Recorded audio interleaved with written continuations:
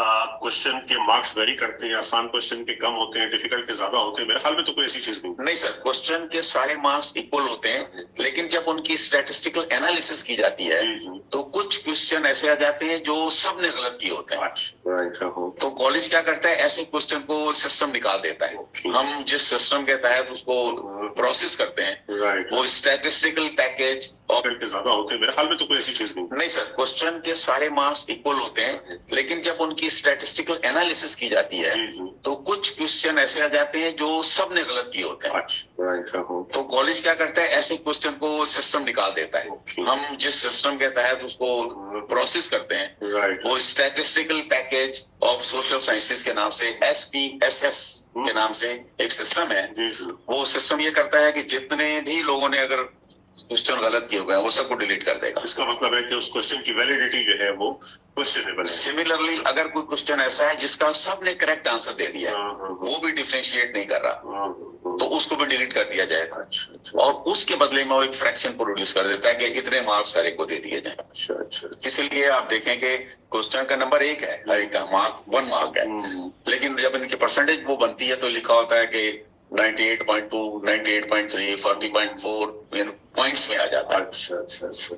तो ये मिसकंसेप्शन था कि भाई शायद अच्छा, उसमें नहीं, हर क्वेश्चन के नंबर वेरी इस तरह हो गए सर कि अगर एक ने 100 क्वेश्चन अटेम्प्ट किए, कॉलेज ने उसमें से 3 क्वेश्चन डिलीट कर दिए, अब जो है क्वेश्चन रह गए हैं 97, मार्क्स है उसके 100, तो ऑटोमेटिकली अब वो क्वेश्चन जो 1 मार्क का था अब वो क्वेश्चन 1.01 मार्क का हो गया।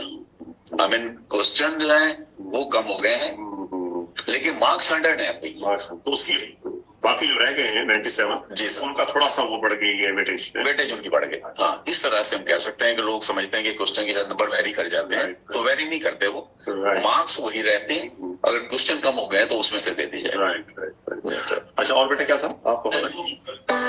ये कैलकुलेट होता है थोड़ा सा ये भी इसमें सर रिजल्ट कैलकुलेशन ये है कि रफली हम लोगों से ये कहते हैं कि अगर आपके 75% या अबव मार्क्स आ गए तो फिर तो आप डेफिनेटली पास हैं। लेकिन कॉलेज चूंकि एक कॉलेज ने वो बनाया हुआ है क्राइटेरिया कि मिनिमम 20% कैंडिडेट पास होते हैं पार्ट 1 में, तो ये हो सकता है कि 75 पर कैंडिडेट की जो पास होने की तादाद है वो 20% से कम हो, तो we can come up to 74, sometimes 73, but never go below 70%.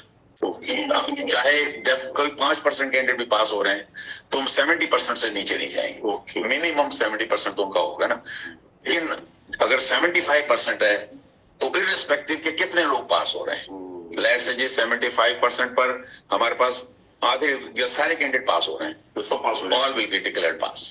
और दोनों पेपर में मिला के एक दूसरे को कंपलसेट भी करेगा, दोनों पेपर एक दूसरे को कंपलसेट करेंगे, दोनों में मिला के 75% ले लेंगे। एक क्वेश्चन